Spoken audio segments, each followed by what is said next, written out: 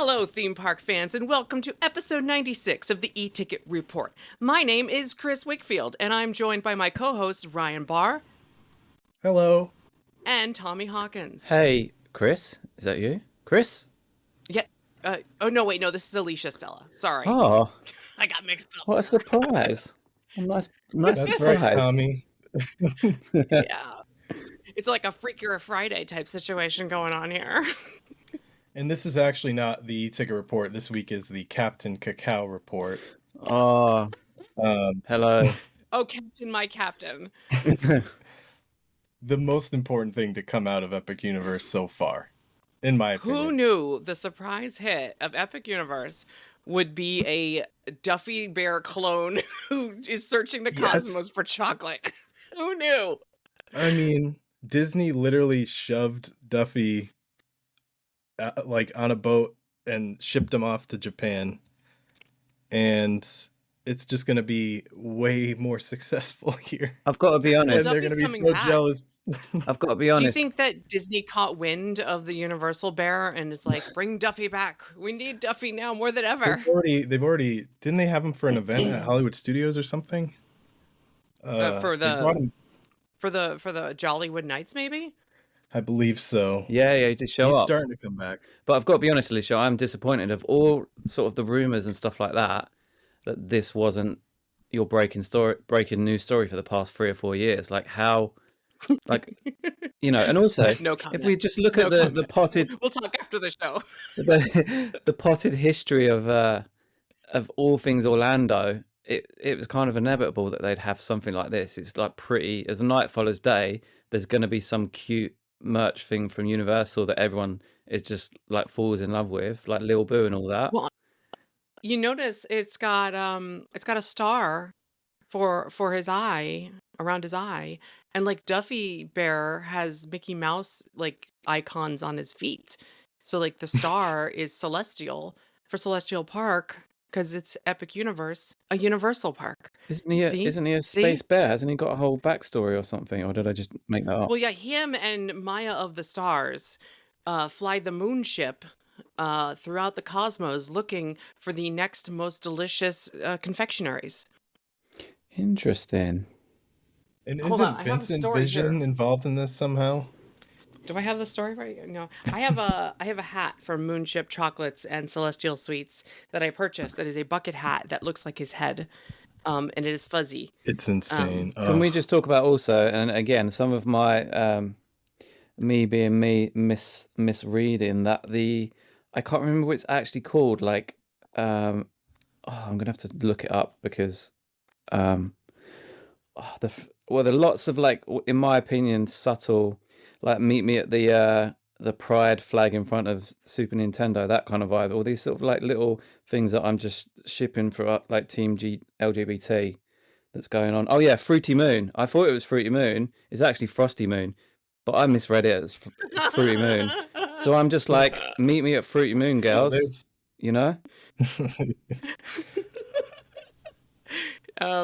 Changing topics. Did you notice that it snows in front of the the North Star Wintry Wonders store? Whoa! I don't know if you saw that. They just posted something. There's a little like Snope dispenser above the entrance. Really? So you walk under a little Snope. Yeah, there's an Earl the Squirrel reference in there. Spoiler alert. Can we just talk about them pictures actually, like that they just dropped today, like, and obviously this whole time. We've only had like the literal bird's eye view, like Bio's view of everything. And we always knew like how different it would be on the ground when you're actually in the park. But there's concept art for these angles because this is there are 4 or 5 photos they just posted today when we're recording this. I'm doing my best, Chris Wakefield here, to give context. Yeah. And they look exactly like the concept art, like the key art for each of the lands. So like they clearly took this photo on purpose to match the manor in Dark Universe or the Place Cachet Center in the Wizarding World land or the entry with the statues to Isla Berk. So like, but it especially that manor picture really looks like the concept art. But this is the first time we got real photos Yeah. on the And to be ground, not fair, from above. if I was their social media manager, I would be doing that. Like that would be like they let me loose in the park. That would be the first thing I'd want to do, recreate them photos. But I just feel no Yeah. matter what, the concept art, like we were, when we saw the concept art when they dropped it all, we was like, oh wow, it's amazing, and it just made it all real. But it still will never ever compare to actual on the ground photo, or obviously in person. But that's a different conversation And they, altogether. like, clearly took it really early in the morning, and it was smart whoever took those photos to take the Dark Universe ones first, so it's the darkest background. Yeah, Like, they took it before the sun fully rose. Perfect. Yeah, and like the fog is really thick, at least It's in the it's photo. it looks just like the concept art, except that the electrical effects on the manor. I guess this is the part of the show where I should say I have been inside Epic Universe, and I will say I could not take my eyes off that manor. And the entire time I was in that world, I just stared at it, and it's almost like the dragon breathing fire in Diagon. As soon as the electrical effects went off on the tower, everyone just stops and looks at it with their mouth open. Like the sound effects are going and the electrical effects are going. I thought the Burning Blade Tavern bursting into flames, which I have not seen yet. I thought that was going to be like an awe moment, but we're standing here looking at just LED effects going off in this building as if it's the most amazing thing we've ever seen in our lives, because it is. so I mean, obviously, I don't want spoilers per se, but obviously, you and I can talk about it in terms of our history with the park and how much we've poured over plans and information and stuff like that, and we've had this like pretty much like 4-year love affair with everything that's coming. But in reality, how does it compare to what our expectations, every conversation I that we've believe ever you had? mean 6 years, but yeah, Yeah, yeah. it's Sorry, time. No concept of time at the moment. But carry on. no, it's the weirdest thing. The first thing I said walking in was like, it's like I've been here, but I haven't been here. It's like it's all familiar, but it's all new. Yeah, Like I've seen every inch of this park through aerial photos from BioReconstruct, from the permits, from the concept art. The fly through is incredibly detailed, yeah. and it matches nearly identical to what they actually built, because it was like they only just recently released that last year. So but then when you're standing in it, you're like, but it's real. Like I You, can taste the yeah. air right I now. had that when I went on Cosmic Rewind the first time, because obviously, as you know, like I lived and breathed, Hmm. like I built that ride from like using the application that I was using to build that ride, and like I intimately knew the layout and the turns, and then like that's what it was like the first time I rode the ride. It was like, this is so familiar. Like it felt like I'd already experienced it. But then there's like I've talked about before, that 5-10% extra where you're actually physically in that environment, and it It's just changes. the fine details. Walking into Dark Universe and looking at the village facades and realizing you could see every little nook and cranny and crevice, and that the signs now are readable and not blurry like the aerial photos. Like it's so crystal clear. It's like walking into HD. Like Yeah. it's real, and the sounds is not anything we've heard before. Like at one point I heard the music from the fly through play, and I was like, oh, I know this song. I know this song from Dark Universe. I recognize this song, but everything else was new. Like I walked into Celestial Park, and there were directory signs that weren't there in the last set of aerial photos from Bio. So like this was already different than when the last time I saw an aerial photo was. And plus we can never tell those round like column signs, the info signs Yeah. in Celestial Park. They say the neighborhoods on them. So like if you look at the top of each one of them said like Arcadia Park, I think next to Stardust. And I'm like, there's names for these little neighborhoods in Celestial Park, and I had no idea. So it was blowing my mind, every little detail. And of course, this is a preview event, so I'm like, I can't take a picture. Do not reach in your pocket for a phone. Do not reach in your pocket for a phone. Don't take a picture. So I just had to soak it all in. But my mouth was agape for like 2 hours when I first got there. So in the most general terms, since we're talking about monsters, where are you at, like just in general vibes and feelings on the two rides in that land? I actually rode both of them. Yep. And I will say The roller coaster Curse of the Werewolf is punchier than I expected. So it's hard to even qualify it as a family coaster, but that's what it is with Universal. Their family coasters are more family than Disney's certainly is. But I kind of said that though, didn't I? I think when all the conversations we'd had about it, that I was like, it's going to be like the height restriction, yeah, but it's going to be something that's not. Plus, my car spun a lot. The weight in my car was like definitely higher than the other cars or something because we were spinning like crazy. So I think that added to the thrill. But even still, the launches and the swing launch was like boom, boom, and there's like sound effects for the werewolves. It actually hit. I was like surprised because I was expecting to hate it. So maybe my expectations were so low that I actually enjoyed it. But then the Monsters Unchained ride, without giving away spoilers, I will just say that it is it's weird. It's weird. I mean, it's like the ride system, is that a spoiler? It's the ride system for Forbidden Journey, but like done in a different way. So it doesn't have the interruption of those screen carousels, so it almost feels longer.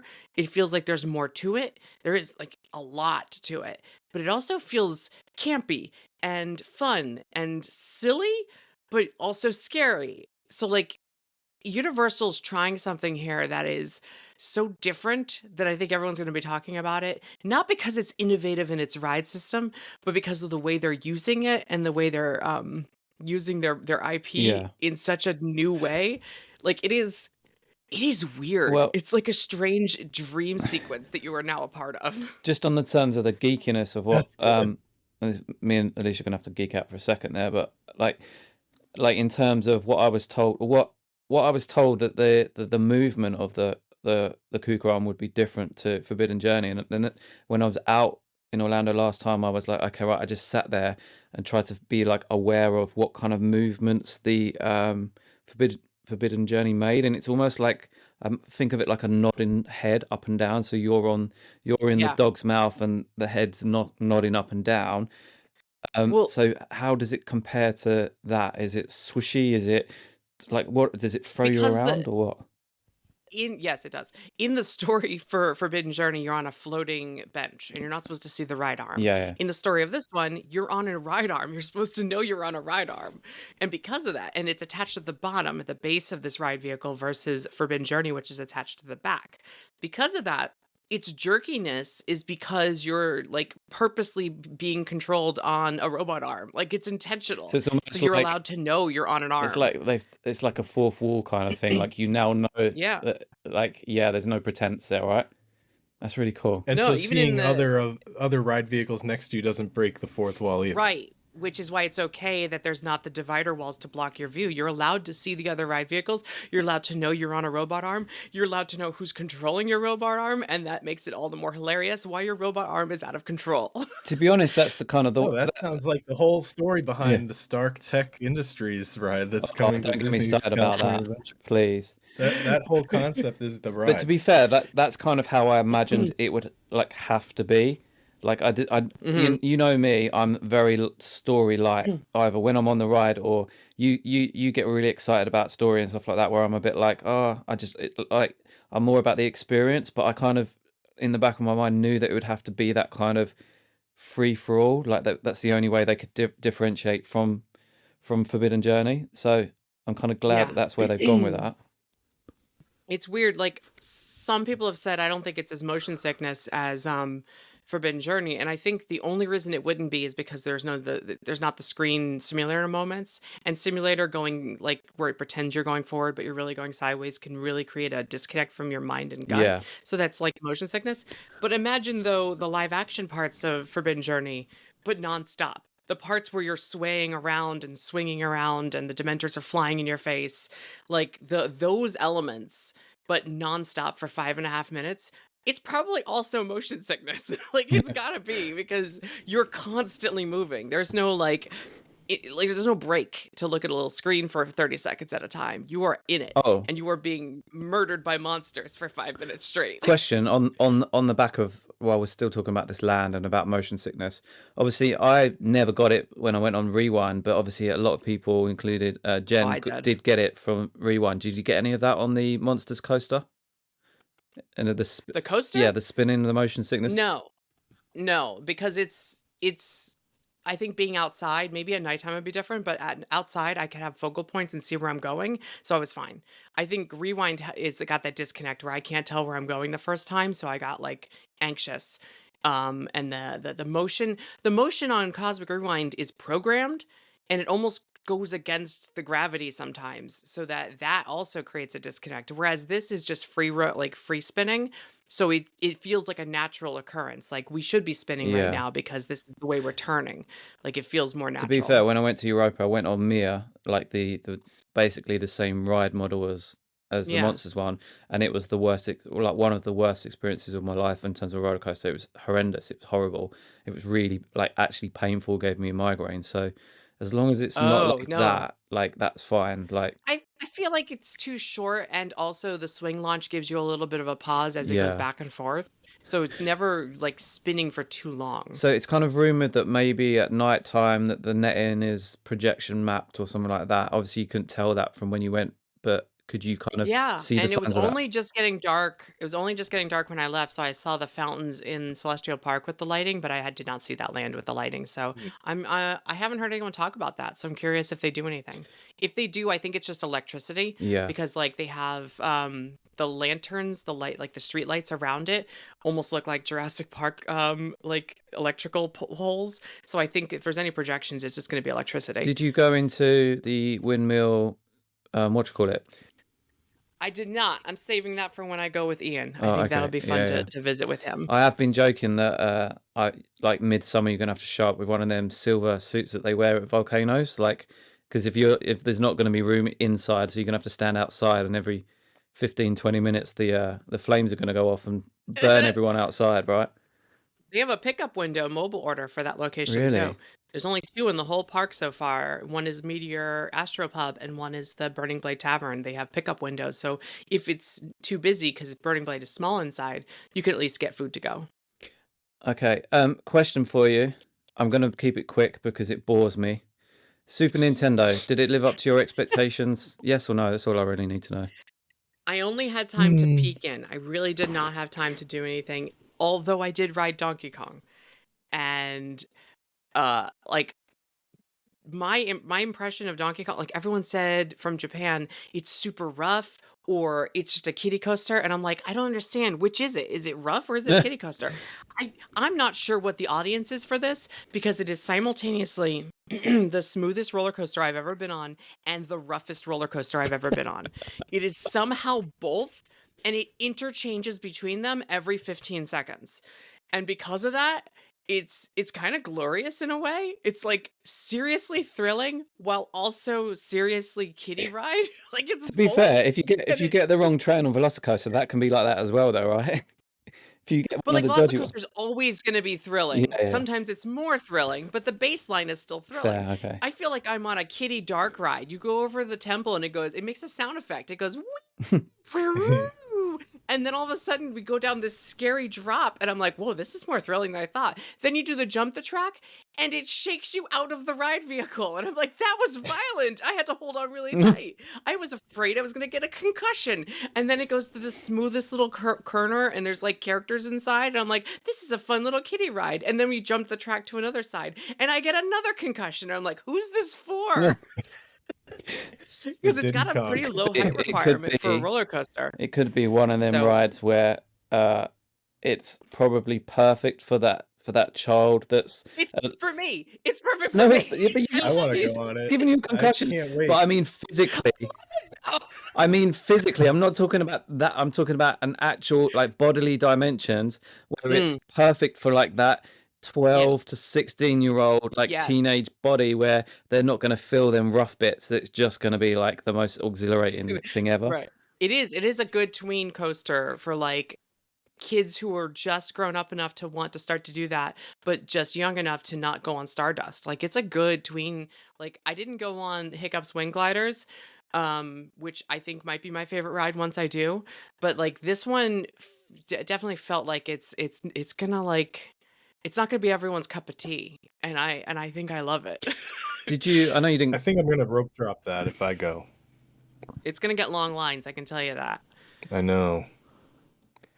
Um, The rest of the Rope land, drop though, to that. answer your actual question, Super Nintendo World, I might be the closest I came to crying walking in, because that's something I've been talking about since 2015 when they got the license, 2017 when the first like rumors came out. Like that's a long time coming for me. Literally 10 years since they announced Nintendo, and then finally stepping foot in one for the first time, even though it's the third one they built. Hearing the music, walking out and seeing that view, it's so weird because I've seen that view 1,000 times in videos and like seeing it in person, and I'm like, wow. So I think like that over time might become my favorite land, even if it doesn't have my favorite rides. So these are two semi-geeky ones. One, you're not going to be able to answer because you haven't been to the other two. But from what you've obviously studied the previous two way more than I ever had a interest in, does it feel as cramped as Hollywood looks? Does it look or feel bigger? Because I know, I know the answer to this. I know it's bigger. I know it's physically bigger. But there was It might be physically bigger and there might be more room for people to be in, but it is still like I was there on a very low capacity capped day and it felt crowded. right, Like yeah. I'm in this Oh, land, there is like the rides are a walk on and there's barely anyone in the park. And like I'm in Wizarding Paris and it feels scattered like I'm the only person there, even though it's filled with, hundreds of people. yeah. I'm in Super Nintendo World and it feels cramped, even though there's a couple dozen. But that is Like by it's design, isn't it? going to be, I don't know if it's bad design because you could say that about Hogsmeade when it first opened, and now all theme park lands are trying to copy Hogsmeade. So is it bad theme park design or is it N- unique theme park No, yeah, design that but makes it that's immersive? what I mean by design. I don't even mean like a bad design. I just meant I don't think the whole you're in a video game thing would work if it was the scale that it needs to be to accommodate them crowds. I think Oh like yeah, you'd soon I get the think people that going, the "Oh, this is like it doesn't work." Da, da, da, da, da, da. I think it works, but it's just somehow the tightness makes it more immersive. Honestly, it does feel more like it feels more colorful and fun because it's smaller. If it was grand, like walking around Isle of Berk, which actually is grand, can feel a little sparse at yeah. times. But it's So kind of like there's a negative and the positive for each of those it's kind of ideas. like the Diagon Alley argument, right? So if they built Diagon Alley in the size that it needs to accommodate all them people that really want to go there, would it feel like Diagon Alley? Probably not. Like, And to that, and if the Wizarding Paris didn't have the circus tent in the middle, it would feel way too open. right, yeah, yeah, yeah. Like it needs that to break up the space, even though it's huge and way bigger than Diagon as far as the wideness of the streets. By having that center of Place Cachée like filled with that circus tent, it separates the land so that the people still feel like it doesn't feel like you're being like engulfed and swallowed up by this giant Mm. space, which kind of is what Celestial Park feels like without like it needs more trees or something because it feels a little open Yeah, yeah. right Yeah, now. Oh, that was what I was gonna my say. It's second like question. these people are gonna bake in the sun. Yeah. Luckily, it was overcast while I was there. My second question before we move on to anything else, and this is the really geeky one, and everyone's going to be like, "What the hell is he talking about?" Is there something under Peach's castle? Because we've been talking about it for a while, or is it just Yeah, there's 3 unmarked doors with barricades covering them up. So I don't know if it's to be anything in the future or if it's just like going by the permits that we've seen, it almost feels like um a dedicated entertainment break area and like small like theater space. So I don't know, it doesn't have any like signage over under the castle or anything, and it's right now it feels very nondescript, like you're not supposed to notice it. So I almost feel like it might be a private space on purpose yeah? and that like But it'll be used by like it almost feels like an Epcot lounge like it's hidden yeah, yeah, away. yeah. But we did know, we knew it Swimmers. wasn't. We knew what it wasn't. We knew it wasn't colleague break room. We knew it wasn't retail. We knew like I can't remember the Well, exact. it's adjacent to the entertainment break area and it's adjacent to Yeah, the team member exit for the land, but it has that like little open area in the middle yeah. that doesn't what I forgot what it said It in was the like permits, show, but wasn't it? Something show. It had the word show in it, but it wasn't. It was something, yeah, it was like, yeah, but it like, it was, I can't remember what it was, but it was something that was so vague It enough that I was implied like, well, it it's impl connected to entertainment. yeah, it implied that it would be a fit out like by an external body. And it's only about Right. 4,000 square feet. It's not a massive space, but it could be like Yeah. a nice intimate meet and greet kind of space or something else, like a shaded meet and greet or Well, yeah, that was always our hope that this was the raptor encounter for Yoshi, and that, that we would Yes. wait in line, and they open up those doors, and there'd be a big sign out front that says Yoshi now meeting. Like that was my hope because it does have like this like stage type space to it, and is directly connected to entertainment break area and changing rooms and stuff. And I was like, come on! yeah. But I think it might just be the doors where like Mario and Luigi come out of. That it's just that simple. Yeah. Like that's their like Or backstage space, maybe and just that's where they throwing come this out one out of. there, because obviously we do get a lot of rain in Florida, that it's like like a B mode plan B for if they want the meet and greets but it's raining, like let the people queue outside for the characters and just have them in the dry. Like it could be as simple as Well, a backup plan rather than a I don't know. All the concept art shows the characters meeting at that little stage in the center of the courtyard. I think if it rains, they just don't come out. fair. Okay. Yeah. I think Yeah. the Princess Peach has her little gondola, but it's still pretty much like the rain comes in sideways in Florida. She ain't coming out either. Mhm. Like, so gazebo, that's the Those word. suits are expensive. The They are bringing Yoshi to Universal Fan Fest though at Hollywood. Right, so they do have the possibility. I'm telling you, my theory from 3 years ago could come true. Oh, I would love it. I would even speculate to say maybe they could bring Fan Fest to Epic Universe, but we'll see. Maybe down the if road. if they bring anything in the next couple of years, it's going to be to studios because they need to They get people they Yeah. to go dying. to studios on purpose. Makes sense. Talk about that later because there was some quote that you wanted to bring up anyway. Okay, so we've kind of touched on most things. I've been saying for a long time about Dragon Land that it's probably going to be my favorite. I've been saying for a long time it's the sleeper hit that like people aren't prepared for how good it is. Do my comment does the land match my comments? Is that a fair statement that I gave on that or what? As of recording, as of right now, I have not done very much in Dragons. I spent way too much time trying to get on the Monsters Unchained ride because it kept breaking down. Because remember, this is previews and nothing is like actually ready for the general public.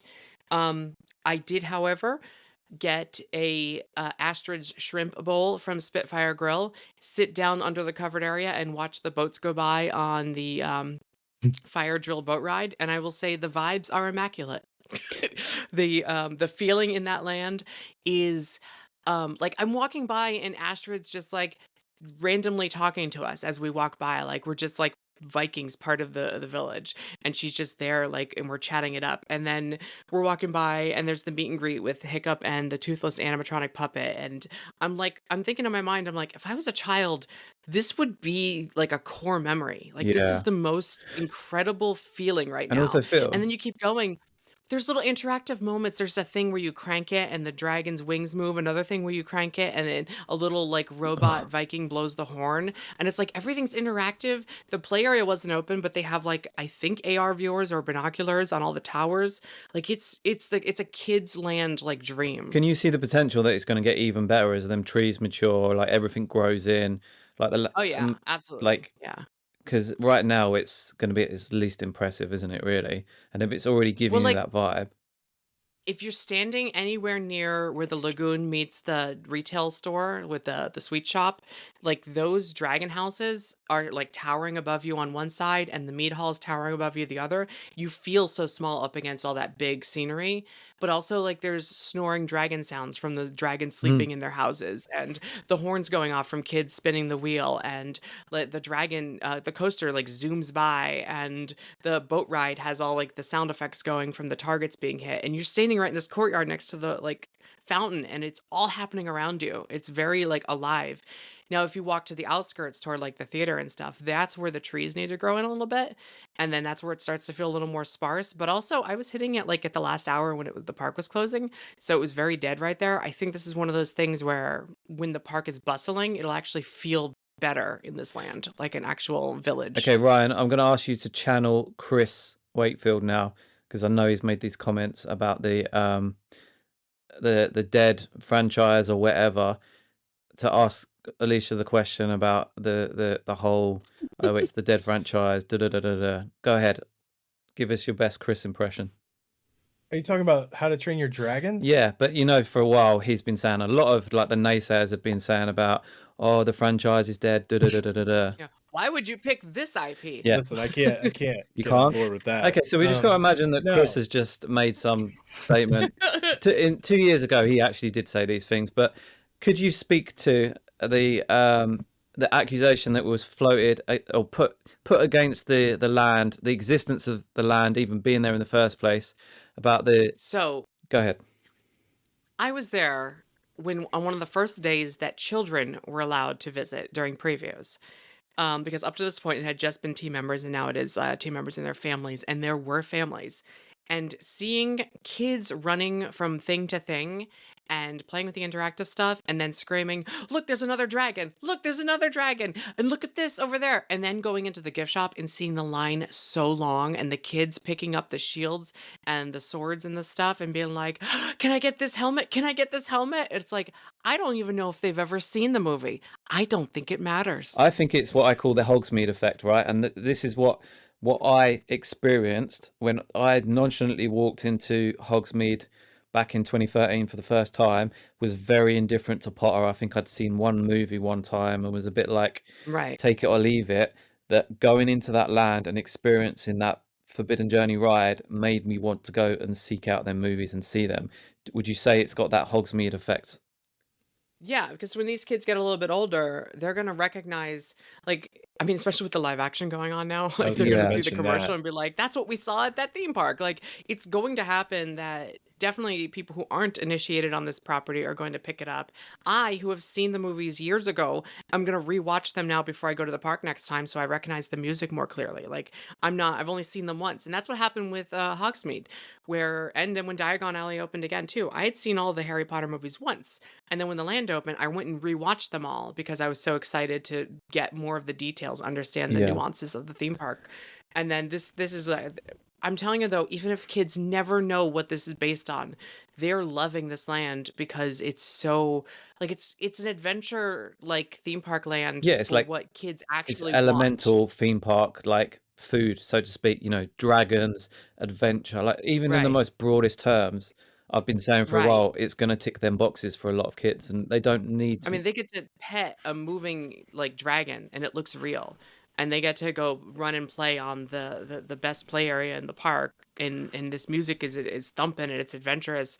And there's a coaster that, younger kids can do that's actually adventurous and not like not like Woody's not yeah, Woody Yeah, yeah. Woodpecker's like or roller coaster. Like this is a real roller coaster, but also catered to younger audiences So who are up for real adventure. that's the only question I had to you. I know you said you didn't ride it, but just in terms of it being in from your on the ground experience, how would you rate that ride versus, I don't know, Hagrid's? Like when you go in the queue, like does it If look, how intense or how adult or how serious does it look in comparison to all the other? everyone's saying it's less intense than Hagrid's, but feels the same because it's got a punchy launch or Yeah, two launches, and it's an Intamin, and it's very very smooth. But just like Hagrid's, it doesn't go upside down, but it does bank turns. Some people are saying it's bigger or longer than they thought because it goes through such a big yeah, stretch of the land. But Yeah. it is been compared to like Slinky Dog in its speed. So like it is an Right. accessible coaster for children, but more adventurous than Disney would do it. By doing that fully banked turn, it's going to feel a little scary yeah. without having an I inversion. always said that, obviously, because again, it's another one that I worked on when we just had the plans and I built it out first, that I was putting it just below Hagrid's, like another step in the, if you like, your progression into coasters in terms of thrill level and all the rest of it is that for me, the perception was that it would be like that one step below Hagrid's, and then that Hagrid's is one step below Velocicoaster or Hulk, and it, like, to me, it Yeah. just fills in the gaps, but you'd still enjoy it no Right. matter your what. And I think the smoothness will probably help a lot because even if you go on like Flight of the Hippogriff, it's rough. Yeah, yeah, So it's like roller coaster, but dangerous. Like, but then you go on Hiccup's Wing Gliders over here at the new park, and it's going to be so smooth. It's almost going to be more tolerable to people than the kiddie coaster at Hogsmeade. Yeah. So the general kind of overview is accessibility in terms of the whole land just sounds like it is so accessible to everybody of all ages, rather than kind of where certain lands are like quite niche in terms of who would enjoy it, who would like it. Is that a fair Yeah, because assessment? I think little kids are going to love the boat ride, and I think not even bigger kids, but kids who are brave enough are going to love the coaster. And then the theater shows for families to do together. The only odd man out is really the Racers Rally, which it has the highest height requirement of the park besides Stardust Racers, because Mm. it's not like it looks like a Dumbo ride, and then kids are going to get up to it and realize they're not allowed on it. It's such a weird thing to have. But so I'm not sure who that's for. I guess me. I guess it's for me to go and do barrel rolls. I've seen the one at Nickelodeon theme park in New York. Mm-hmm. It's indoors. It's like themed to Ninja Turtles, and I don't know. Sometimes people can like get it off the hinges or something, and they just spin forever. I think this one's been ramped down so Yeah. that it cannot go that fast. So there's a lot of like waggling back and forth from most people, but some people have gotten it to spin all the way around. It's kind of difficult, I think. I would say, But I think it's just there for the kinetics. yeah, I would say it's also very, Yeah, it's that's- quite European. And what I was going to say from what you just said, generally, the way you just spoke about the land is that that's exactly how it feels at Europa. Like you're in Europa and there's like something for everyone, and you're going through whatever these Mhm. lands may be, and then there's just some ridiculous like thrill ride. You're like, well, why is that there? Oh, but that's really really cool that it is there. Like it doesn't like it works. Yeah. It doesn't work, but it also works. And you're only it's kind of, if you're that adventurous, you're just going to do it anyway. If you're not, you're not. But you've got something else you can go do, right? Right. It's not like it's not the kiddie land, because it does have a broad spectrum of attractions for different age groups, and then the show is for everyone all at once. Like it's kind of, and I won't even say well-rounded. It's just a land. Like they weren't thinking of, let's make this the kid area, Yeah. or let's make this the scary adult area. All the lands are kind of like that, where they have something for everyone. And even if it's not on purpose, just because that's what fits. But also, I do think when you go back to rewatch the films, it is, I think it's the second movie. It's literally the start of the second movie where they're doing the dragon Mhm. racing with the bleachers. Yeah. So I just think they've gone, Mhm. let's get something from the second movie as a set piece, and it works. That it's a flat ride and you can ride it, and it's not just a prop. I do love the sheep all around the land, Oh. and there's incredible sheep-related merchandise for sale. Oh, so final for me, the most exciting, most anticipated, Starfall, Stardust, whatever you want to call it. I can't shake off that name. What are you saying? Okay, I was actually scared to go on this ride. First thing I did as soon as I got into Celestial Park was run to this ride, and I was like, what better? It's like the thesis of the park. Like the music that plays is the one that's in all the commercials. Like I'm like, this is the perfect thing to start my first experience at Epic Universe, and it's like dum dum dum dum, like that music that's in like the commercials, whatever. But I'm terrified because I'm already scared of big coasters, and like Iron Gwazi and Mako scare the crap out of me. Velocicoaster scared me the first couple times, but I actually like it. I feel like it's just the right level of thrill for me. And I was worried that this one might be scarier than Velocicoaster. It probably is, but so I was told to go on the yellow track. It's smoother than the green track. Sorry, side note. I don't want to interrupt you.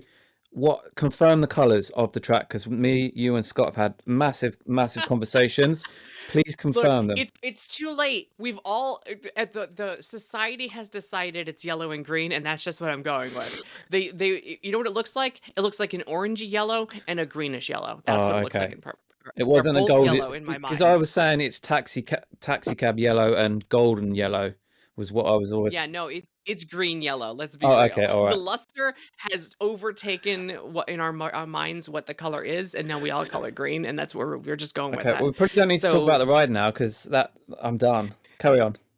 The green is supposedly a little more rough, and I think it's very similar to Dueling Dragons. At the start of Dueling Dragons, the red coaster, fire coaster, would go over the blue one, and the blue one would do a twirl. And that made the blue one have more positive G's and the red one have more negative G's. So I always like the red one because I'd rather float out of my seat than be pushed into it. And I think that's exactly what this But I is, did where say when the yellow one feels a little more floaty. I did say when I was building it, because obviously I was again heavily invested in the turns and all the rest of it, that I did say one would be probably slightly more than the other.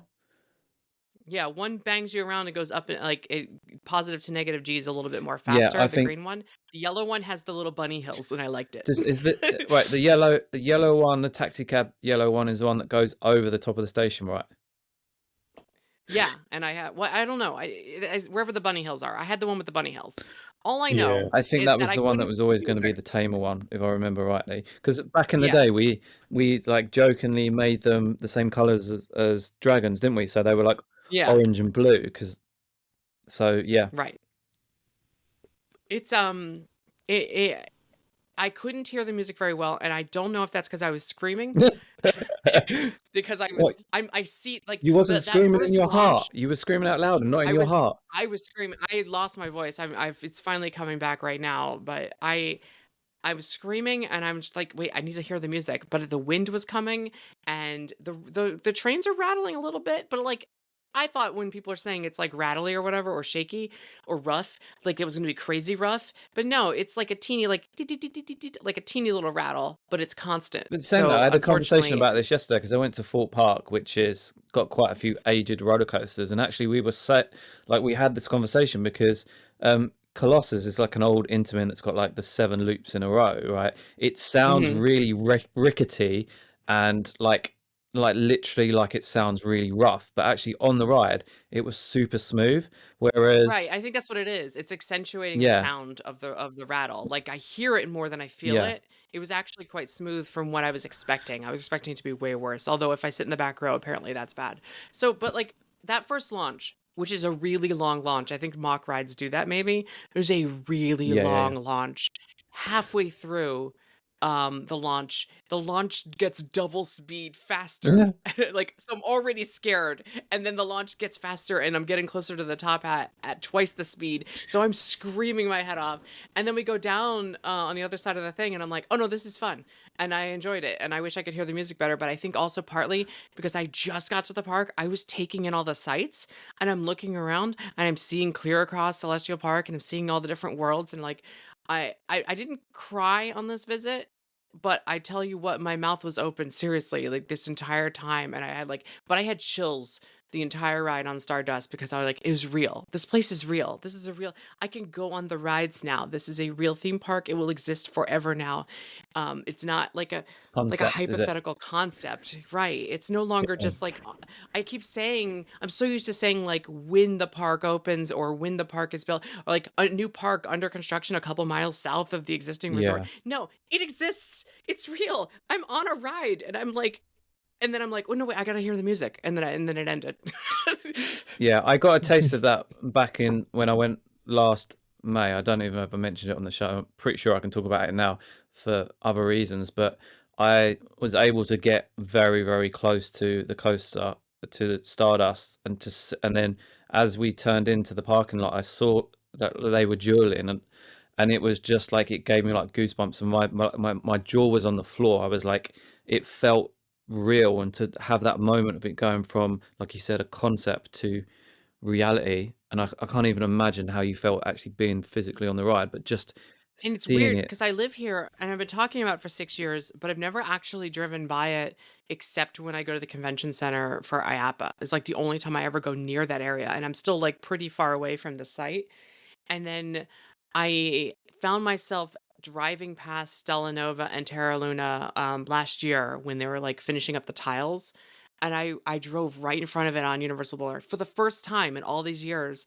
And I was like, holy crap, it's huge. Like it's Yeah, so it doesn't real. like And then I, the way yeah, we've been looking at it, like, and we always said, didn't we? Oh, like this is not, that doesn't do the scale of the park. It doesn't do it justice. Like, and I would always say I like that famous video that we made where we put the different size parks in comparison, like literally parks that we know that we physically have a physical experience of walking through. And then there was me saying, well, actually from the front gate to Helios is actually double the distance of front gate to Magic Kingdom Castle, that I still can't even though I know it's massive, but I just can't even sort of picture in my mind the scale of it. So It's weird too, because like I've heard some people say it's smaller than they thought, probably because they think it's 750 acres. But yeah, like I felt like it was exactly what I imagined it would be.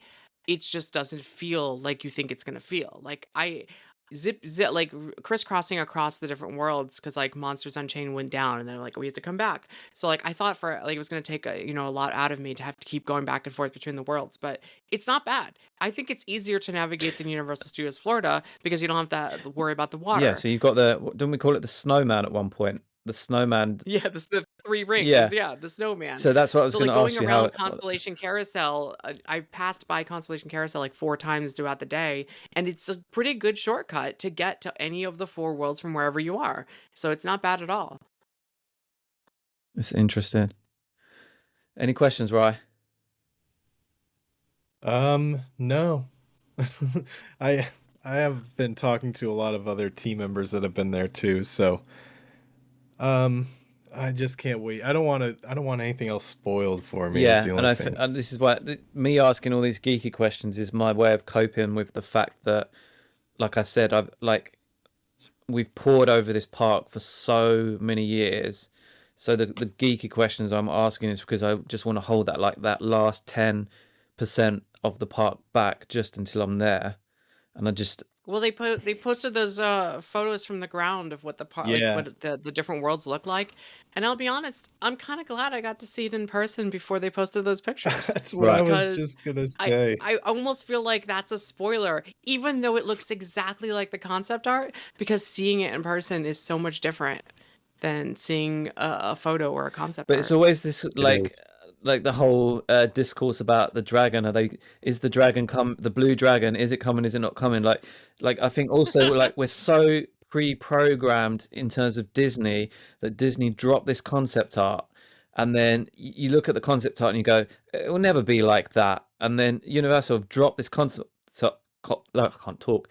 Drop this concept art in the whole stage of the process so much later when it was like 80% already built, and then they dropped the concept art, that people have got this like mindset that no, it's not going to be like that concept art, and then actually it's like like a photocopy of the concept art. Like it's just hard for people to kind of wrap their head around that it like they're building what they said they're going to build, right?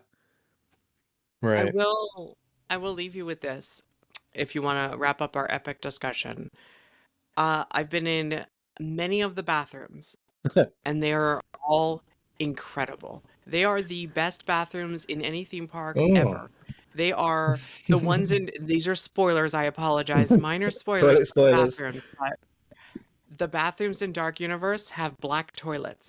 They are dark in the bathrooms. Like you're walking into a dreary, dark Universal Monsters themed restroom, and it is on point. The Okay. bathrooms in I've been Wizarding to a lot of France bathrooms have like that ornate in Camden in London, so I'm gonna feel at home.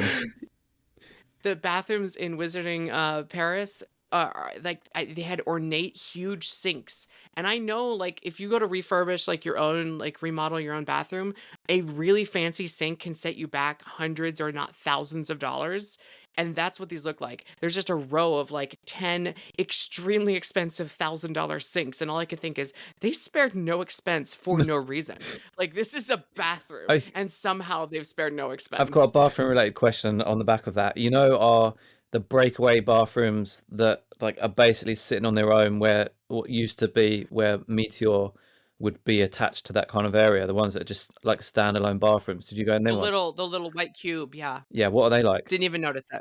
Didn't even notice it. Oh, you didn't. Completely invisible to me. I walked by it twice, didn't even notice it. The thing is about like being on the ground there is I'm too busy looking at the Constellation Carousel dome Yeah. and I'm too busy looking at the fountains which are finally on now. and they put more trees around that dome, or I mean around that bathroom on the back. And I didn't go to the Zenith bar, which is what that bathroom is facing. Yeah. I think if I was at the bar and I'm having a drink and I need to take a wee, as it were, I would see a little white cube and go, oh, good, bathrooms. And that's the only reason they're there. Like, I think they're there for the splash pad, to be honest, because they match the two little bathrooms next to the play area for the kids area at How to Train Your Dragon. And I think there's like some weird rule where if you have a kid's splash pad, you have to have a bathroom, which is why Moana, Journey of Water, has a little bathroom. It's like if it's a splash pad, it counts as a water, like as a pool. And state of Florida requires like a bathroom. So that white cube might have been an afterthought, and I think it's for Astronomica. I have two more questions, somewhat low key, low spoiler. The first one is, what's Celestiki look like as you go past? And I had a drink at Celestiki. how was it? I got a non-alcoholic drink. Fair. It was delicious, though. I got a non-alcoholic daiquiri. I think the frozen drinks are pre-mixed, very Halloween Horror Nights Mardi Gras style. But the non-mixed drinks, you got like a fairly good, not a full bar, but a fairly good assortment of bar stuff. So you can order pretty much anything. They do have a few mixed drinks on the menu. The theming in there is pretty cool. It's like Orange Bird meets Celestial Park. Like there's these like orange, it's like there's a Is it wrought like iron roof so and bamboo. general layout? Is it a little bit like, you know, the bars? Have you been to Volcano Bay? Are they like? Is it like the bars in No. Volcano Bay? I think it is. Yeah, I think it's a semicircle seating bar Yeah. with seats and tables around that. But if you're actually at the bar and look up and look around, it's this really nice like ironwork that looks like Orange Bird and stars and constellations. And I think it's a That's good cute. marriage of tropical tiki with the Celestiki, like the celestial like concept. They're supposedly going to get tiki cups. They have not got them in yet, so I'm kind of curious to see if we get souvenir tiki cups from I'm there. looking forward to that. And my final question. Oh yeah. Final question. Shout out to Scott Walker. Is the tongue on Pizza Moon as creepy as it feels? Because, you know, as I've been telling you and Scott privately, it really gives me the ick.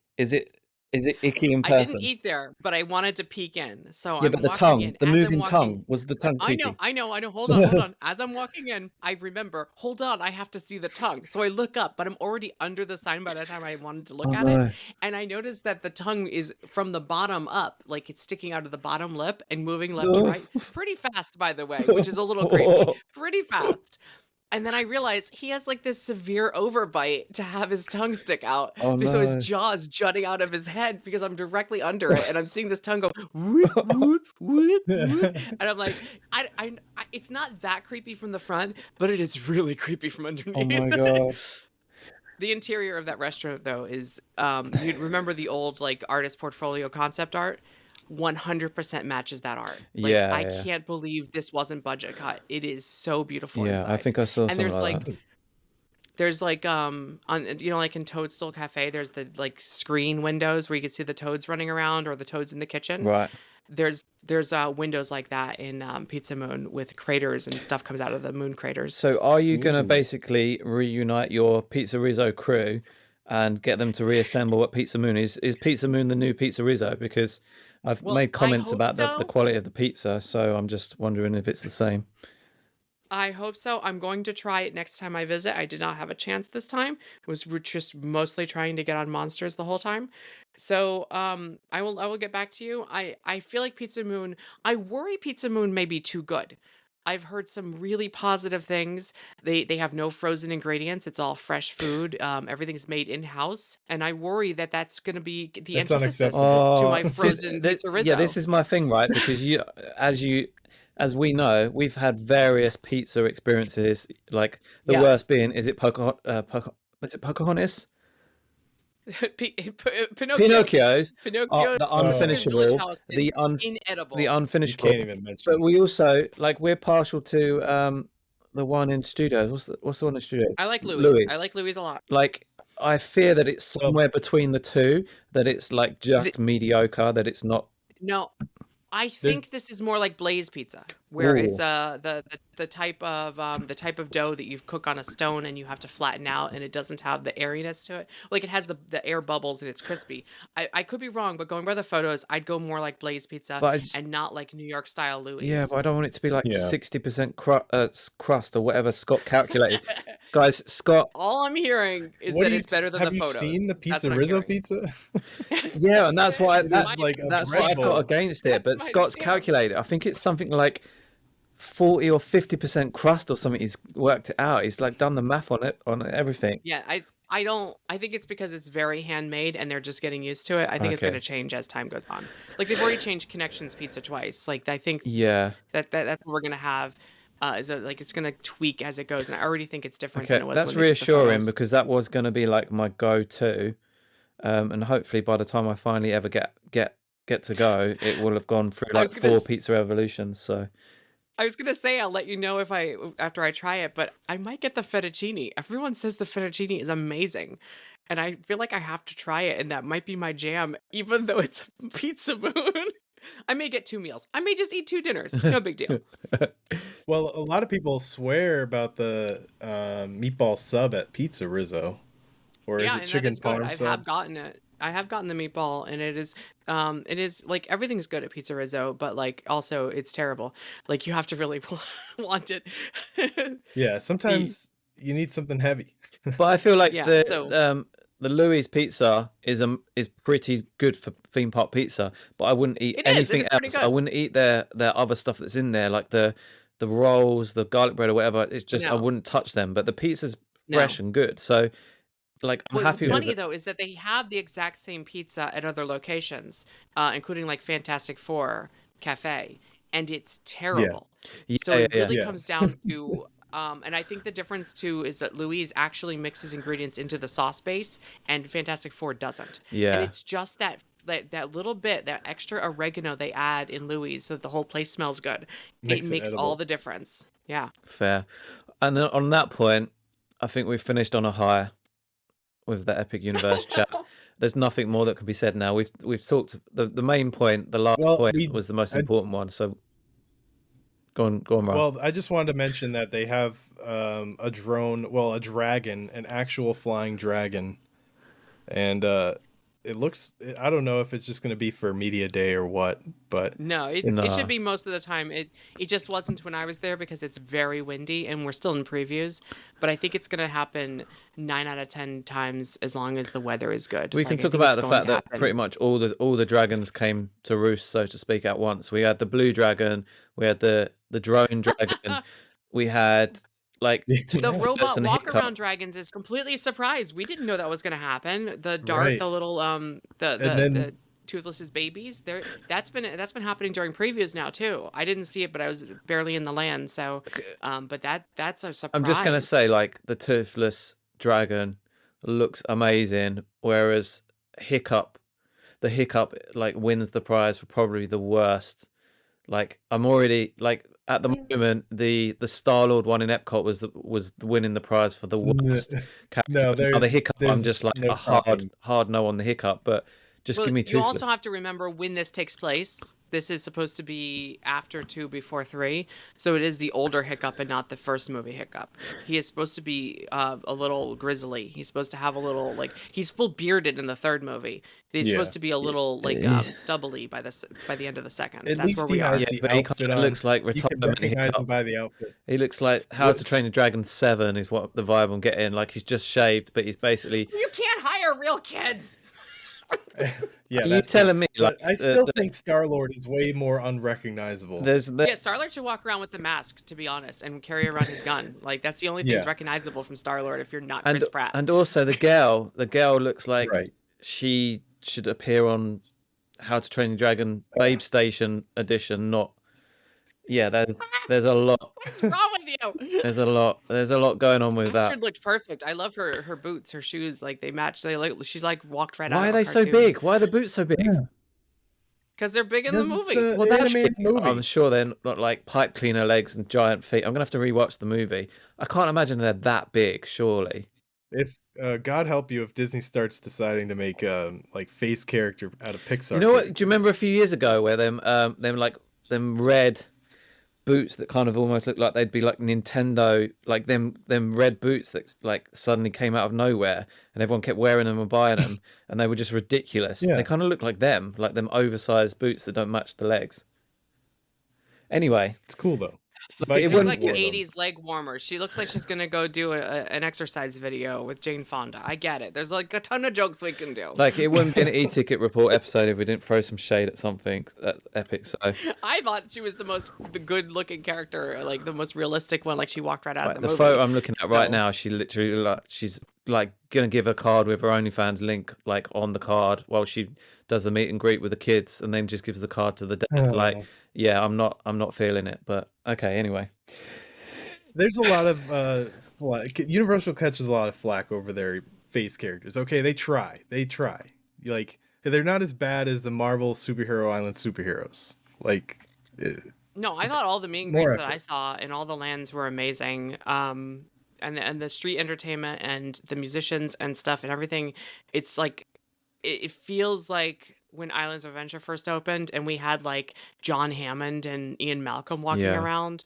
When we Yeah, that's had good. the adventurers in Port Aventure, when we had like little musicians, when we had the cartoon characters in Toon Lagoon, like it feels like that. And it's sad to know that like 20 some odd years later, those things hardly exist anymore at Islands of Adventure. Like we had the adventurers come back briefly for 2 years, but it's like it's bittersweet. Like enjoy it while it lasts. Epic Universe is this flashy new thing, but it felt like a fully fleshed out formed theme park because of it that I kind of miss from Islands. yeah. One more geeky question, because you just brought up about the walkarounds and stuff like that. We obviously in the past we've speculated about the parade, and we kind of settled on that it would possibly loop around the main fountain. So The Cosmos Fountain is the name oh, is of that the name of it? Can you It is. can you see that? What do you can you see that happening? How we've talked about, or what? I need to look at it again. I don't know if it can make a full loop. I think it might make a big U and go from backstage to backstage. I think I think we that kind might of be I think possible. we kind of settled in the discussion that it would be like a giant, like you'd potentially come in between Monsters and Helios Yes. swimming pool, That's for sure. kind of I'm not sure where it ends loop though, or if round, it and can then loop back around. maybe sneak out like next to Potter. But just the fact that it would do Yeah. a loop around the bottom of the fountain was like Yeah, kind of I what we don't think had. it can go. I'm have next time I'm there, I'm gonna pay more attention to that because I kept using the same route back and forth, to go through I Constellation think it was either Carousel's that, area. or I think one that we said that it could potentially come in like the Well, it has to go that. It has to start there by Dark Universe because that's where the parade building is earmarked. Because we saw in the hotel permit there is a space which is completely cleared already for a future parade building next to the pool at Helios, which is behind the Monsters Unchained building, and it has the access road that goes right in between Dark Universe's portal and the Helios, well, right between Blue Dragon. yeah. And so that has to be the start of the parade. That's just the way that it's situated. Yeah, just looking Where at it goes in its route, who knows? looking at the aerial now from that angle. This is the one that I'm sure Ryan will put up on the screen. Is it looks like it would come in from Monsters, kind of go loop around the bottom past the splash pad, the kids splash pad, and then kind of go up behind the back of what's it called now, the Astro Pub, and then out in between Helios and the side of Ministry of Magic. Like it wouldn't even do like a full circle. It would just kind of do like a C shape kind of vibe, if that makes sense. I don't know. See, I'm starting to question. Are you talking about going below the bottom? We should have this conversation off the air. Yeah. I think it could go. It could go to the big bridge in between Constellation Carousel and the Neptune pool. I think it could be even lower than the Cosmos Fountain. Yeah. And then I see go that. to the right of Meteor Astro Pub, past the Wizarding World portal, and then exit backstage by Helios. Yeah, I think that that could could work. happen. And there's also a future parade building on the right. And I wonder if it could just go bounce back and forth from parade building to parade building and never go behind Helios. Yeah. Yeah.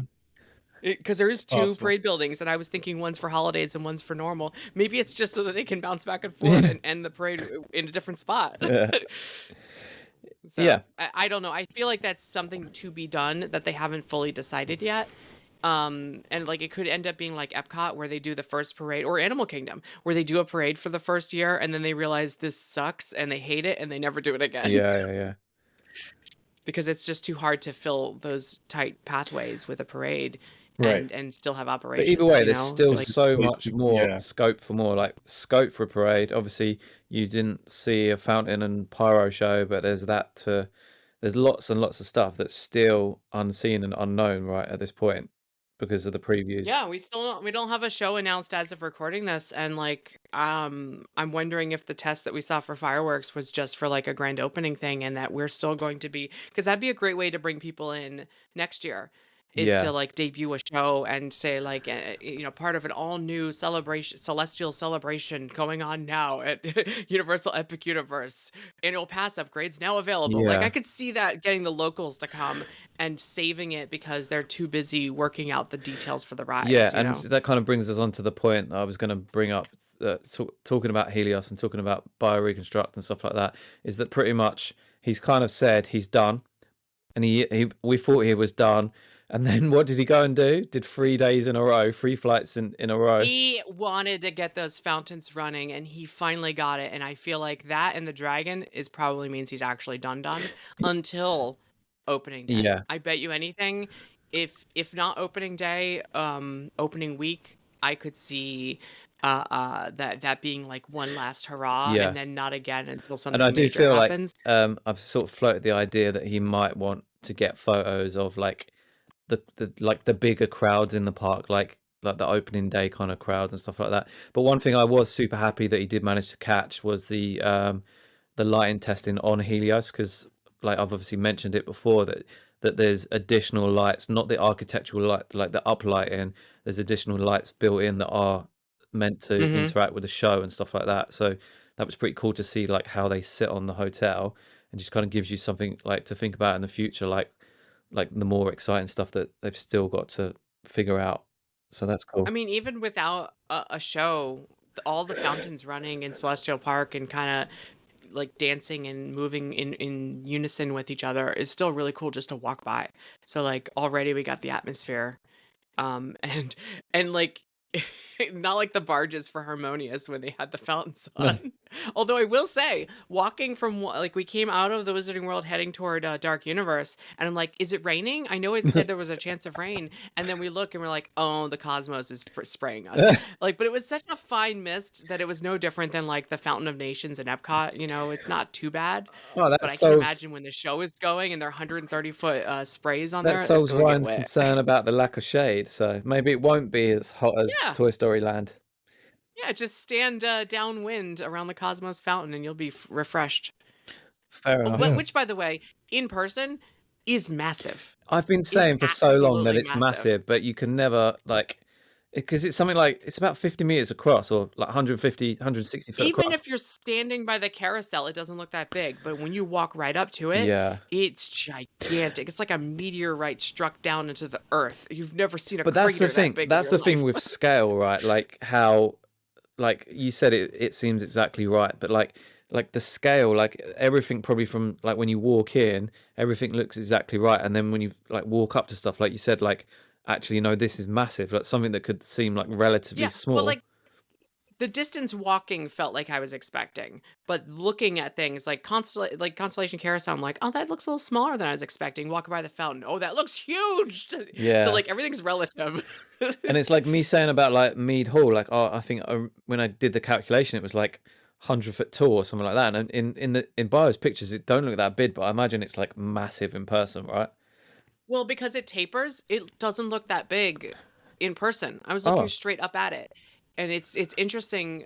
Maybe because like other Mount Beanpole and Wizarding France and even the Manor all feel more imposing than the actual mountain in Berk. Right. But then when you walk into Berk, the 40-foot statues feel huge. Yeah. So like it's something about the tapering of the mountain makes it feel smaller. Yeah, it's mad. Right. Anyway, what's next on the agenda, Ryan? Because we're running out of time. Oh, I think we're done. Yeah. No. No. The only This is a thing I special wanted edition. to talk about besides that was the South by Southwest conference where they Disney was there showing off some trinkets. And But it felt like they dropped way more than they'd done for the past 5 years of D23. Like, but it was sort of flying no, under. not even close. No, they barely showed anything here. Well, Really? except for the Monsters Inc. I mean, most of this stuff was shown the day after. The stuff they talked about at South by Southwest didn't go into too much Right, let's They talk. did detail. show But off the load platform for Monsters Yeah. Inc. Right. Door coaster. that And was the that biggest. kind of blew me away.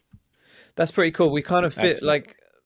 like me, Alicia, and Scott had conversations about like we thought it might be like that because we looked at it and obviously people had seen the model and it was like it was going to possibly be something like that. But until you see it I actually don't know. working, it's like Yeah. It feels so much more tall seeing it in person, not in person, but seeing it in gray fleshed out video. Yeah. They 3D modeled what it would look like, and I'm like, oh, that's way taller than I thought it would be. But also the seats rotate as it goes forward, like it faces out and then it rotates.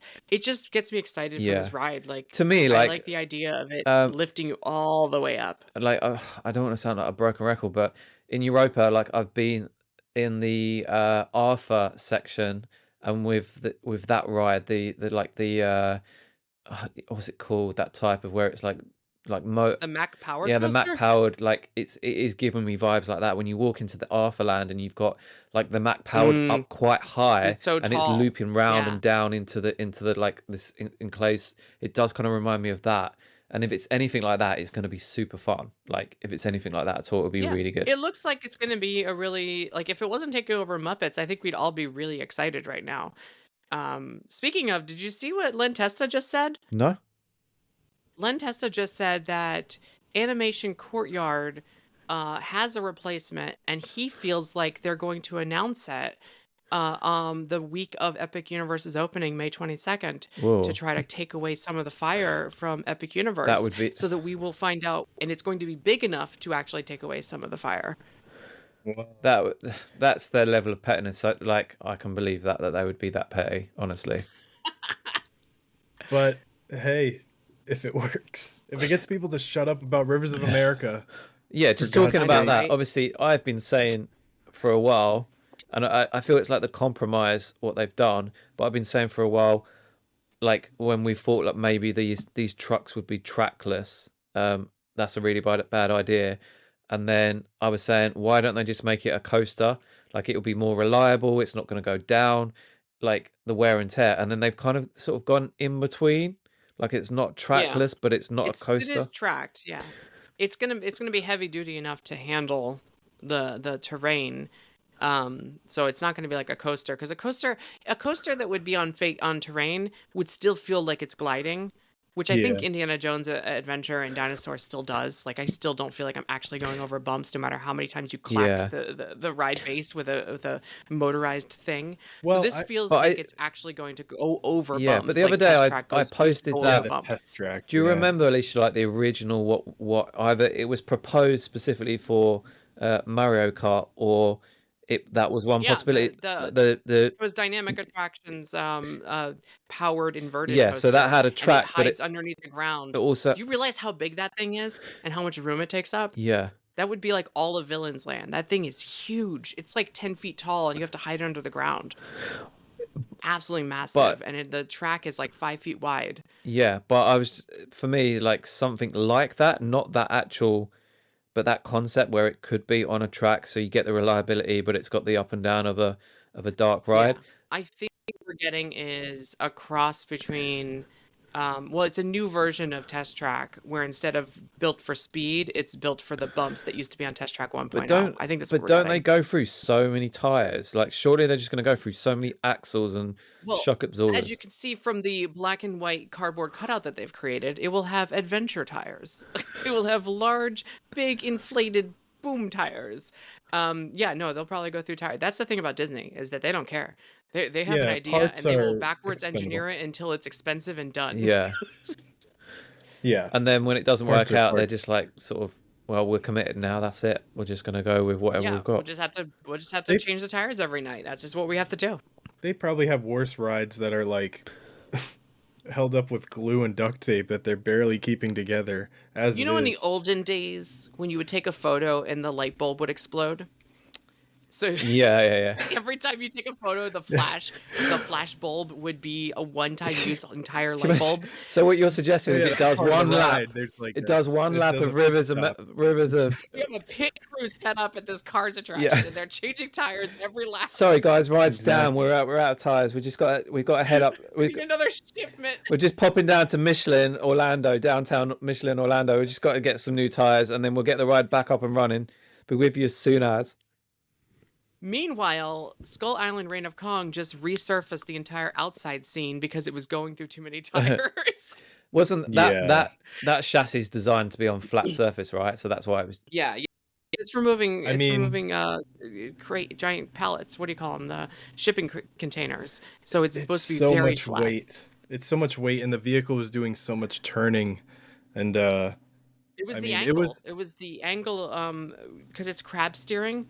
If it goes at a 45-degree angle and one corner on the top left and the corner in the back right is at a different angle, the Yeah. chassis was cracking. Yeah. So they had to flatten it in such. It still has bumps, but only when both wheels are hitting the bumps at the same time on the left and right. which makes sense. Fair enough. There Yeah, was 'cause a if you time go- where they were, well, there were several times where they were trying to test that ride where it just went off path and just drove straight right into a wall or something. Well, like- it looks like they included a little more navigational pucks from the start this time when they repaved. So the fact that we've got this stuff dropped in terms of the thing, there's still people holding out that belief. Oh, you can still save rivers of America, guys. Come on, if we're getting. Hey, I'm still holding out hope that we can save Toad. Are you? Are you still writing your I know Winnie the letters? Pooh has been open for 25 Yeah, years. are you still But I still am holding out hope. Is there 25 years of sent letters, weekly sent letters, like asking to say? No, Yeah, daily. I think There's daily. like more- tires at the cars. there was more signatures for that than they've reached by now for this. Yeah. But I also want to say, like, it wasn't going to help Disney in a PR sense to release a video of someone pushing a 3D printed car along a concrete floor with a 3D printed track. Like, I will also say that the thing about Disney is very sneaky, and they will post videos from 6 months ago, from a year ago, to show you the progress of something that they're actually much further along than they seem like they are. Yeah, And you can tell definitely. that because like the test track inside pictures and video that they've been like slowly leaking out, like here's us. We're inside of test track showing that, and you look at the video and like they've already built the canopy out front that isn't in this video. This video is Yeah. from 6 months ago. So like and I think the same thing happened with the Dark Universe video from Universal Creative last week, where I'm looking at this and I'm like, the nets aren't up for the werewolf coaster. This video was taken at least 6 months ago.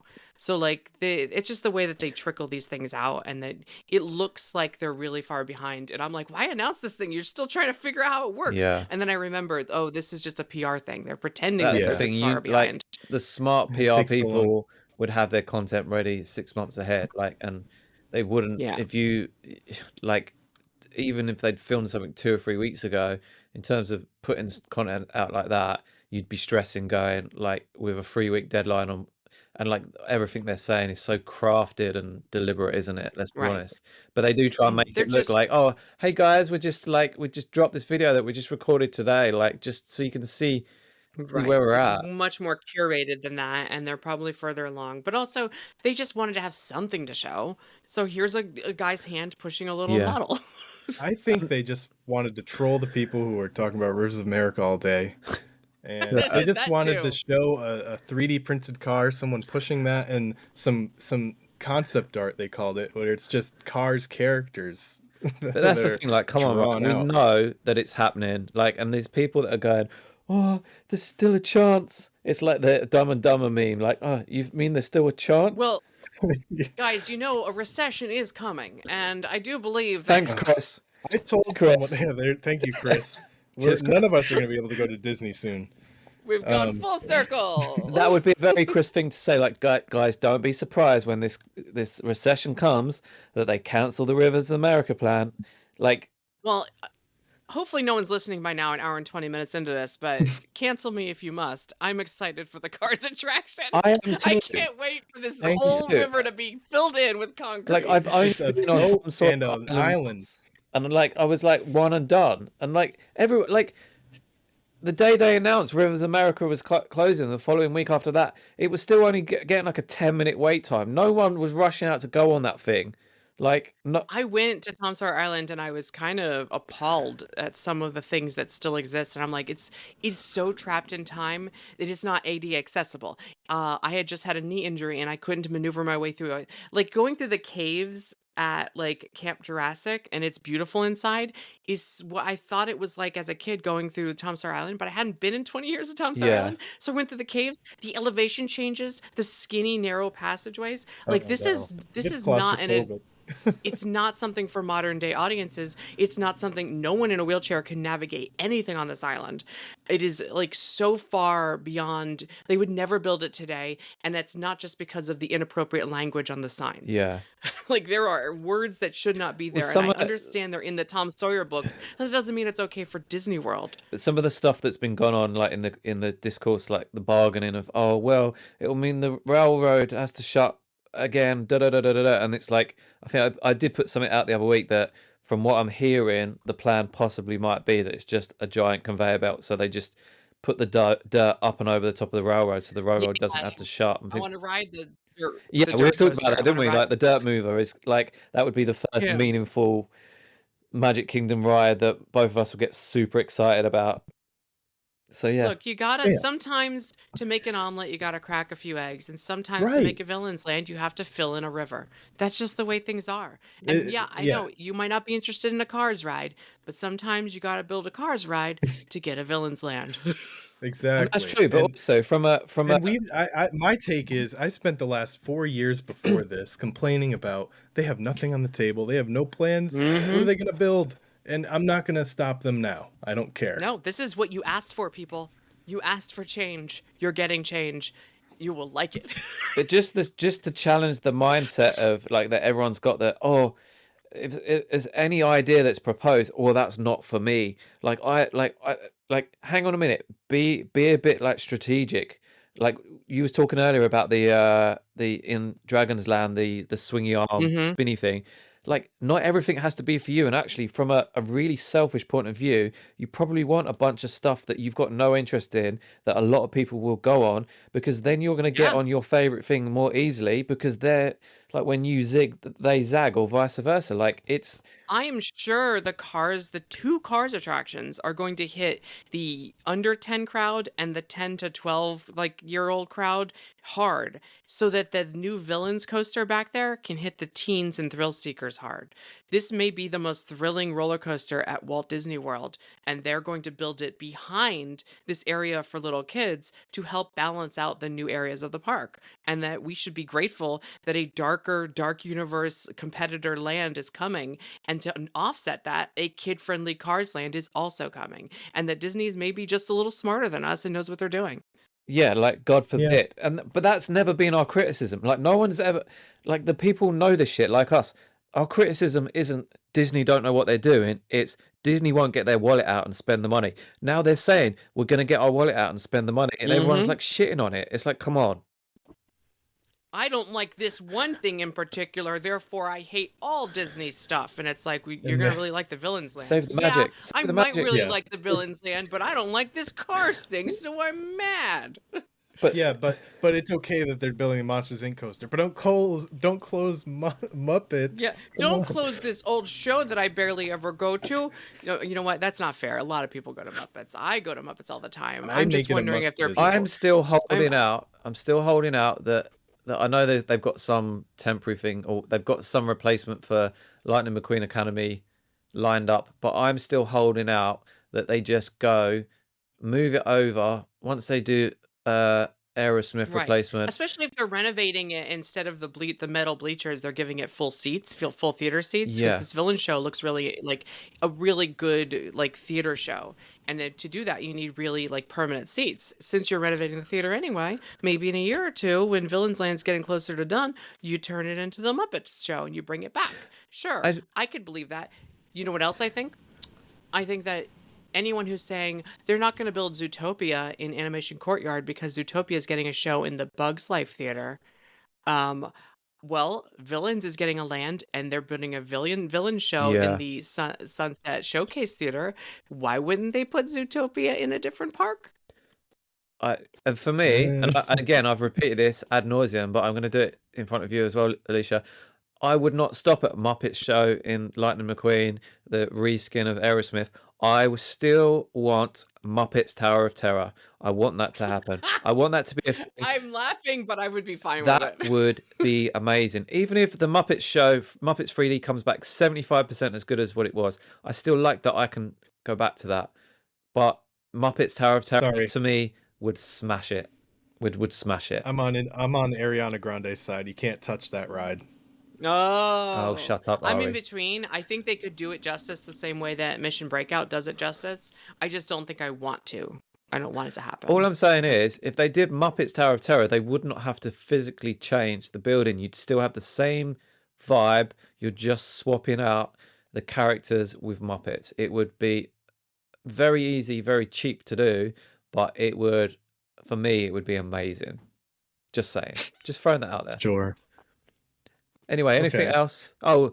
Smugglers Run finally getting an update. Yeah, bore on. Oh yes, thank you for mentioning that. I wasn't even going to bring that up, but yeah, the Mandalorian Grogu movie, when that comes out, we will be getting a new Smugglers Run. Do we think this means a new story altogether, because it was kind of written into being a part of the sequel trilogy, this ride, and now it will be placed back before episode 7, I think after episode 6? I think instead of Chewie on the screen, you still have the whatever his name is. What did Jim Schull call him? I don't know who this character is. He's Hondo. talking. Well, the one that looks like he's... Hondo Anaka. I was going to say, the one that looks like he's from Pirates of the Caribbean movies. Yeah, with... the pirate's talking Yeah, the in one Jim animatronic Schull. form. And instead of, oh, Chewie, my friend, it would be like, oh, Mando, my friend. And it's exactly the same everything else. You just replace that one But line that's- and then he comes on the Yeah, screen that would be and brilliant. he's like, hey, thank you for joining me. And it's like totally his voice, but like he's not in the suit because that's what what's his face does now. And like and then Grogu's there and he like pops up in the screen in the foreground CG like rocket on Cosmic Rewind. Yeah. And he goes, blah, blah, blah, blah. And like that, like I can see it in my head being the exact same ride, but slightly different. And then the mission briefing would be the exact same thing. Hello, my friends. Mando Yeah. needs us to get this blah blah We blah. need To the go blah blah blah. coaxium. I Yeah, think but it wouldn't be coaxium. Now it's we need to get these frog eggs away from Grogu. I don't know. Oh. I think that would be better. I think it would be better. However, my issue isn't with the story. The story does suck at the moment. My issue isn't with the story. It's with the concept of the ride itself. I hate that ride because I want a passive ride. I don't want one where I've got to press a button and look at a button. And then, You know you can set it to autopilot, right? Right. Just don't press the button at the beginning. There's a flashing button. Don't press it, and then you're in autopilot. Yeah, What, for the because whole it has to because have when to there's engage nobody it. sitting there, it's not gonna So it's just gonna go don't through press the auto. flashing button, and it won't start. Could You can just, and they- it shoots for you, or it flies for you, depending on what seat you're in, and you can just like chill. I've ridden it alone with completely autopilot and just let it do its thing, and it's the weirdest feeling because like I keep wanting to touch the controls. So I'm in the pilot seat, and I'm like, no, it's Well, autopilot. It's doing When it it's on- itself. Could when it's they- doing that, does it mess up on purpose? It does. It plays Yeah. 80% good. So you are crashing a little bit. You're missing your shots. You're not going to get 2 coaxiums. You only get 1. It's the weirdest thing. Like, it's trying, but it's not quite perfect because it's trying to pretend it's a real experience. could they do something in Okay. between? Like, as in a similar way to, like, you go on, then rides like Dumbo or whatever, where the kid's got the control that can move it up and down. Could they do like a semi-autonomous thing where I actually... mean, it is. If you don't shift to light speed in time, it does it for you. Like, it does do that automatically. Right. But rather So than... it's How already about like kind a of green mission? How about a green mission where instead of like an action, it's just like you're flying through natural scenery and you're All I'm- just- beautiful and all I'm no saying mission is- wrong. Like, I'd be happy if it was more of a passive ride, like that everyone in the seats behind the pilots is basically just watching a better show, and that the kids have got a little bit of an up and down and left to right movement that they feel I fun. think the Like, intention here with the new mission is to make it more fun for the back seats. Yeah. So whether they think that means more things to do, or whether they think that means more gratification with less things to do, which is what I think it should be. Yeah. Because I'm too busy looking at the side panel, whereas the pilots get to look forward. We'll see, but Yeah. I think the plan here is to make the mission more fun for everyone. I would Yep. personally kill any controls except the two pilot ones, and I'd be happy for the kids to just have a bit of control up and down, left and right, but just kind of get rid of that. You're doing an active mission and just make it a bit more of a Well, passive fun, like let me I enjoy want Mando and Grogu like fucking around. I You know? want choose your own adventure where it's like, oh, my friend, should we go left or right? Like, I want to be able to at least have some randomization. So, what do you mean? Yeah. Almost like the way Star Tours is randomized, but you're essentially But by you you get to left or right. control it. Yeah. Yeah, it's like Horizons, man. I want to pick my ending here. Let me choose which way to go at least, and then something Yeah. different happens. Yeah, like Anything- I was watching a ride through yesterday. If I was thinking like when you're flying back into Batu, what if you just crash directly into the ground? Like, Oh, my Or you friend, just I have end bad up news. somewhere. Yeah, You you end owe up me somewhere 10 completely million random. credits. You crashed Right. the Falcon. Chewie is sad. right, you light But speed you end jump up on somewhere and you have end up no like idea. on There's, Hoth or something space like force. that. And then if you whatever exit, they just blast you with cold air. Like, oh, you've ended up in Hoth. Done. How do we do that? No, but seriously though, I'm hoping with the because it's already been years since this opened. It'll be another year before the new version opens. Processing power, graphics cards, everything's gotten better. Give me some more alternate options. And then I'll feel like I'm in more control. Yeah. Even Yeah. if it's like Horizons where majority wins and you have two buttons in front of you, I don't care. Just give me something. Do you want to save Grogu or go visit Luke Skywalker? Yeah. And oh no, Grogu dies, Grogu dies, Grogu dies.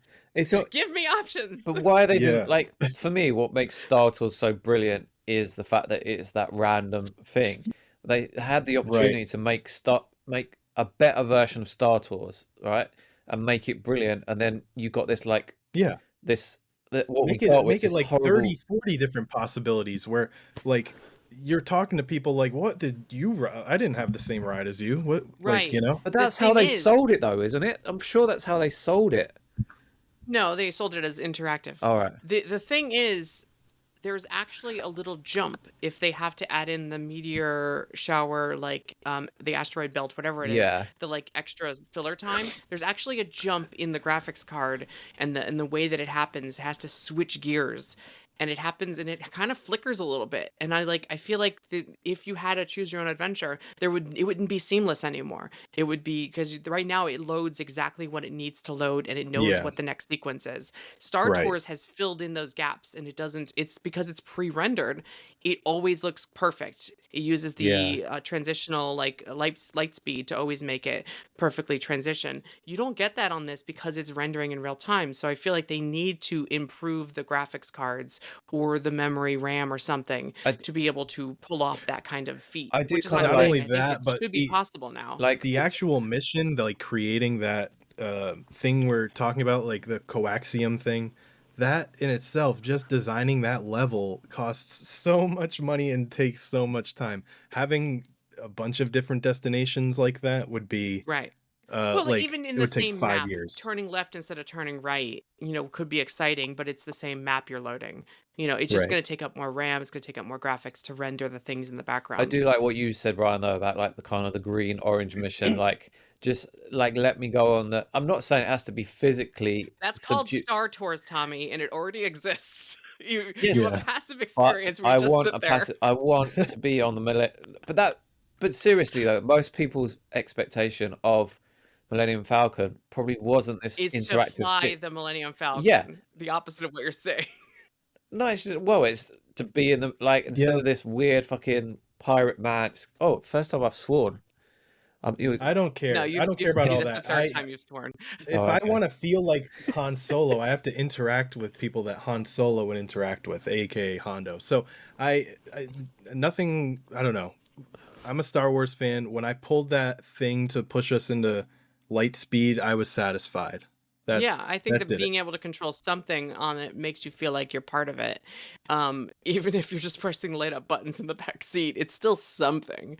So Yeah. they're just going to make it more fun. Right, final thing I reckon, because like otherwise we'll be here all day. One more thing, Ryan. Yeah. Is it the standby conversation? The removal of Oh, virtual yeah, queues, we can go boarding with groups? that. It virtual queue is no longer a thing at Disney World, right? Now that For now. And for now, yeah. the Until world the Test next track ride opens opens. later this year. what's Yeah. that, sorry? Oh, Test test track track. opens Oh later yeah. this year. I'm sure that'll have a virtual queue again.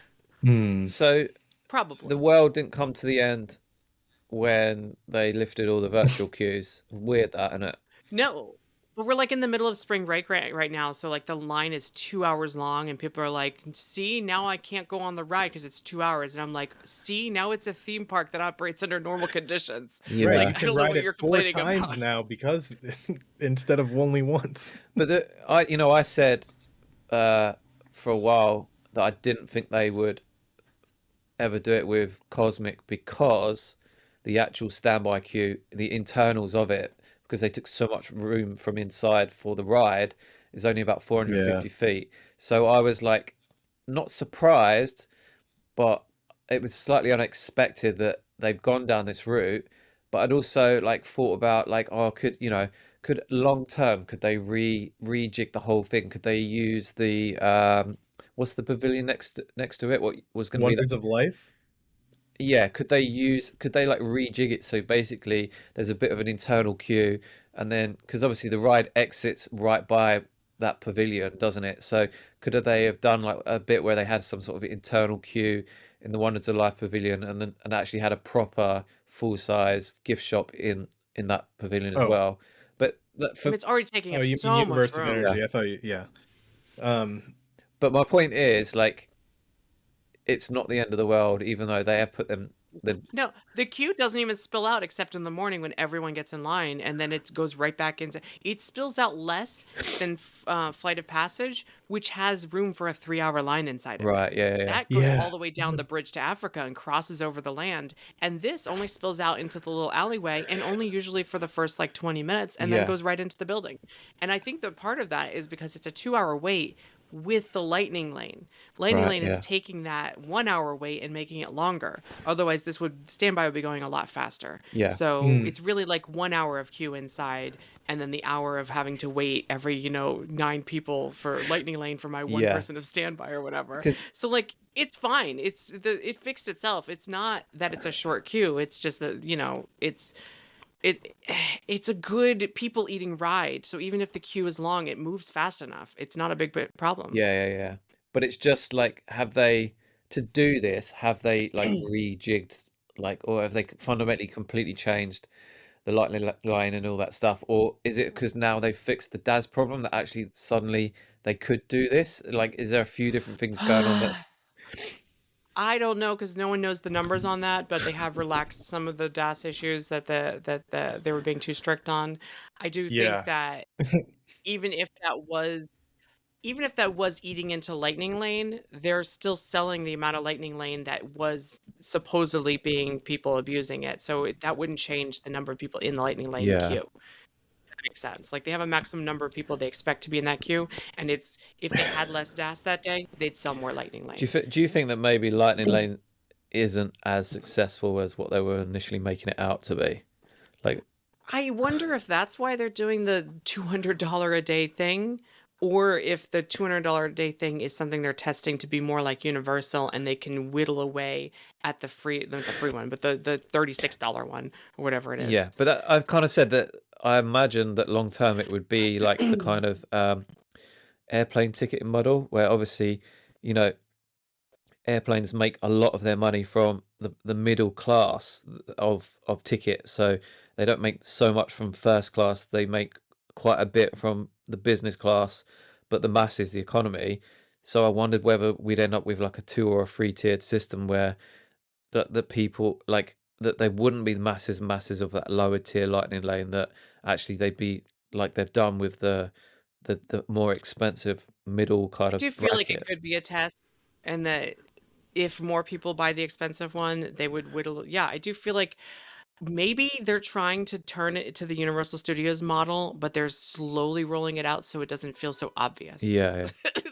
So maybe, because like I could see a future in 5 years where the cheaper Lightning Lane no longer exists. They do change it every year. Who knows what next Yeah. year will Well, I bring? just think like in terms of like selling less, because at the moment you've got like essentially they've created that free tier system. So you've got your VIP one, you know, that costs loads. That's your first class like flatbed airplane ticket. You got your 200 that the business class kind of ticket, and then you've got that economy version where there's more Yeah, like tickets $20. available, but actually the Yeah. experience is a bit shit or whatever. So it's that maybe they settle and go, well, actually, if we get more of those middle grounds, we'll still have that lightning lane, but we don't actually need to sell as many now, I but we're think still they're making the afraid same it'll eat money. into the. I think they're afraid it'll eat into VIP too if it gets to be too expensive. So like Yeah. you have to hit that just right. But I do think that if they were selling less at a higher cost, then standby would be better.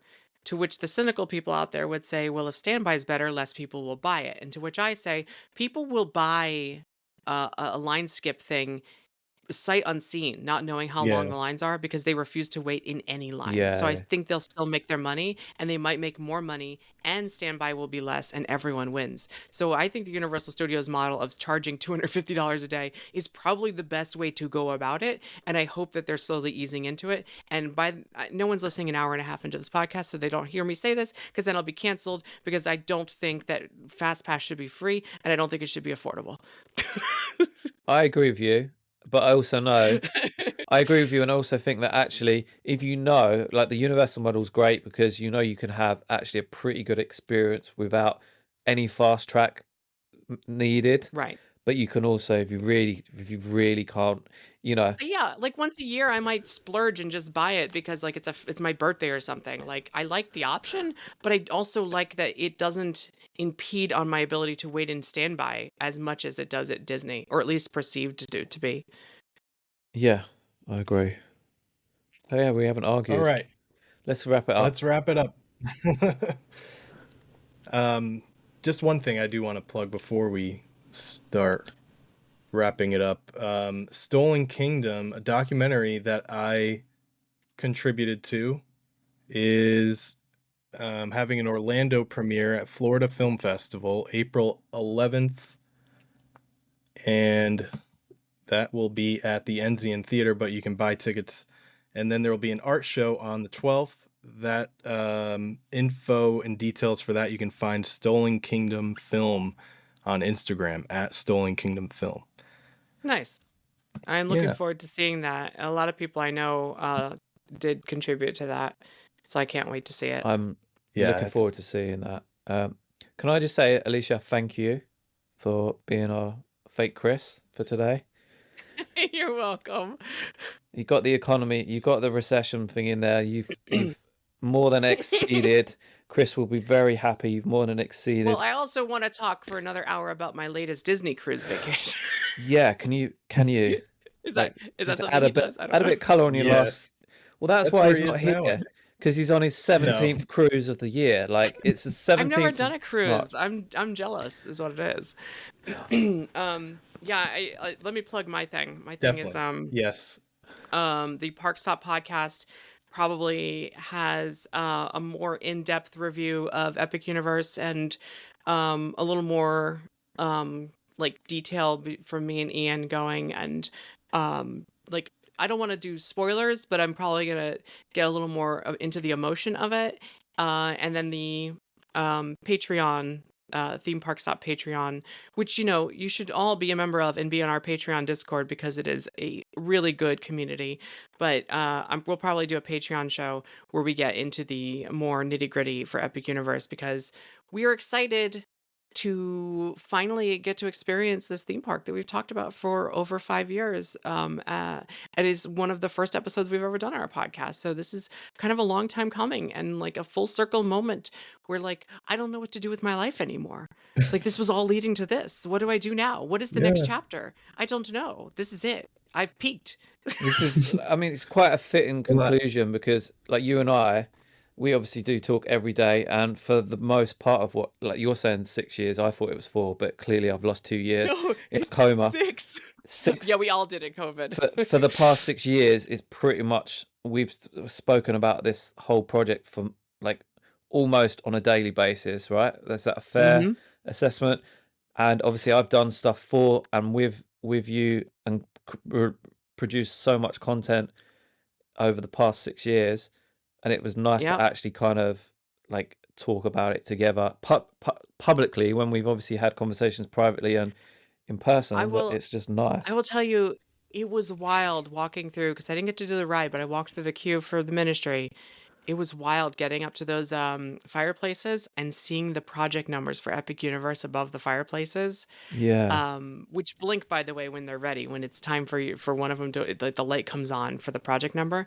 And I am having like flashbacks to August 2019, you and I trying to figure out which project numbers for which Yeah. project. And I'm like, 902 is it Mario? Is it Mario? No, I think it's Dragons. And like that, we've come so Yeah. far Well, since that's those I was days. saying Bio posted a photo, I think it was Atlantic, and it had the building number in the Yeah. window, and he made some comment about, oh, it's for tracking whatever. And I was like, I replied with something like explaining the different lands, like the prefix, like the what is it, like dragons, like B18, and then the number, like for us It's that's 15. Yeah, 18. You're right. Dragons is 18. So everything that starts at 18 is a building in Dragons. Yeah. and for It's us crazy walking through the park and those building numbers just like on bumper stickers on all the buildings, and I'm like, I have them handwritten on a yeah, map you printed for me on my wall. Like it's so weird like the journey we've been on, and then walking by, it's like walking through the map that you made. yeah, and just like for us that became a shorthand, and then like having to explain it to people that've got like no idea, and then they're like, what about what number is it, because it goes like 13, 15, what about 14 and whatever, and I was like, well, that's the expansion pads, and it's like it all Yeah. fits in nicely, and we know all of 14 is in between the yeah, lands. they're in between Nintendo and Monsters, and then the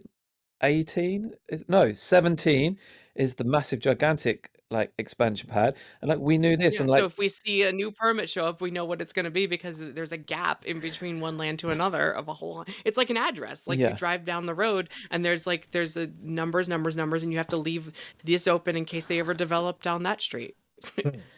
Yeah. but just to sort of speak on that, like what do we do now is what we're all feeling right now, is I, the answer I'm is Disney World. I'm excited for Disney World. There's so many expansions at Disney World right now that even if Epic Universe doesn't expand for the next 5-10 years, at least we got Disney to talk about. Alicia, babe, like in Yeah. that time that they build that one, maybe two rides in Magic Kingdom, I'm gonna have a fully built like ride, like an hour from me, ride, whole theme park Uh, possibly built in 5 years' time. So you worry about your little villains thing, and I'll be worrying about my Look, Universal Great look. Britain, right? Until it's announced, Yeah. all you got is a fenced-in lot.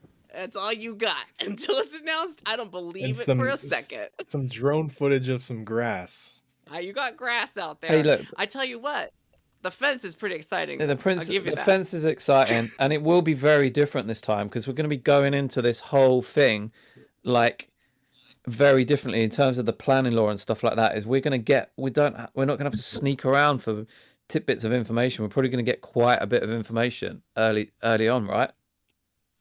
Well, that's what happened with Universal Kids. Where like we're getting concept art through community meetings because the rules are different over at Frisco. Yeah, we So will like get it'll be interesting to see if they do the Universal Great Britain, how what trickles out publicly and how. we will probably get like actually like more guessable. We're not going to get like what the rides are and stuff like that, but we're probably going to get more guessable plans than we've ever experienced for other things. But just Yeah, to all our first site plans for Epic were just the foundations. So we're like, well, that's a big foundation, so that's a ride. well, on top of that, what I was going to also say is actually like the era that we're in for theme parks is super exciting, and the fact that Universal have pretty much said that they're not going to stop there, and we do know that they have got, because they're going to need to stop themselves from cannibalizing their own theme park, is that they're going to have to do some more in Universal Studios. There's like we've got the potential of the Rip Ride Yeah, Rocket yeah. replacement. potential of the Pokemon or whatever it might be, that there's stuff that we know is coming down in the next 4 or 5 years. So it's not going to be like we're going to be sitting here twiddling our thumbs waiting for Disney to build Well, 2 rides, of course, unless, of course, there's a recession. which now Yeah. as Or you no. have a habit of speaking things into existence on podcasts, it's definitely happening, No, right? but that's not me. That's me channeling someone else. So Yeah, it okay, doesn't all right. count. Yes, Yeah. okay, all right. Yeah. So yeah, on that note, thank you very much. Don't you also have the unofficial guide, Universal Orlando? That's true. Oh.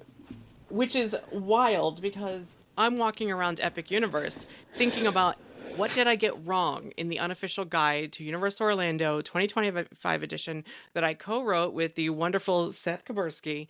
And I'm thinking, okay, well, I have a little parental guidance warning for the show in the Wizarding World. Let's go watch the Wizarding World show. Oh no, that's scary. Okay, I think I was right about that. It's a great show and I liked it, but it has one moment that I'm like, little kids might be scared of this. So like I'm glad to say that I got that right. So it's very good if you want a touring plan for Epic Universe and you want to get the most done in a day. I still think that the touring plans we created for this year's book will hold up.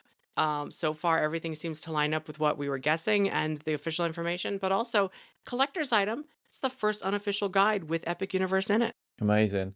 And Yeah. when are we going to sit down and talk about this book or this documentary that we should probably make about our little adventures? I'll talk more about it on Patreon, but I am writing right now the first part of a like big format video series for my channel on Theme Park Stop about the history of Epic Universe from the very beginning, going back 50 years. That sounds like fun. On that note, Yeah. you know where you can find me, at Tommy Hawkins, usually. What about you, Ryan? And I am at Imagineer6, and we can find Alicia. She's just told us. We just spoke for 10 minutes about Well, it. Theme Park Stop Well, on Theme YouTube, Park Stop, Alicia yes. Stella on the Twitter, and if- Alicia.social on all other social networks. Just type that into your browser window. And if you want to get really nostalgic, you can go back to some of the Theme Park Stop Presents videos that we've made about the water drainage and all that stuff as well. That's all on your channel as well, right? It's on the second It's channel, on the which second like channel. I let fall to the wayside because it got demonetized for not posting enough. Oh. Well, the water management video is still there, and that's riveting. So you still got that. We will always have the It is water management actually. video, and the previews. I like that video. and like the previews of Stardust and all that. There's lots of stuff on there, right? Yeah, there is stuff on there, but go to the main channel and go to Patreon if you're interested in learning more about the longer videos that I hope to make. Because now that Epic Universe is about to open, we gotta shift gears and we gotta talk about the future. Sounds good. Yeah. We spent 20 minutes plug in ParkStop, which I'm very happy about. So we probably you watch it back. There's probably only about 20 minutes of us talking about Epic Universe, so that's fine. Thank you. And you can follow Chris Wakefield at Wakefield Report. Follow him I'll on give him a little on plug. his cruises, all his many cruises. But We yeah. miss you, Chris. I enjoyed taking over your job though.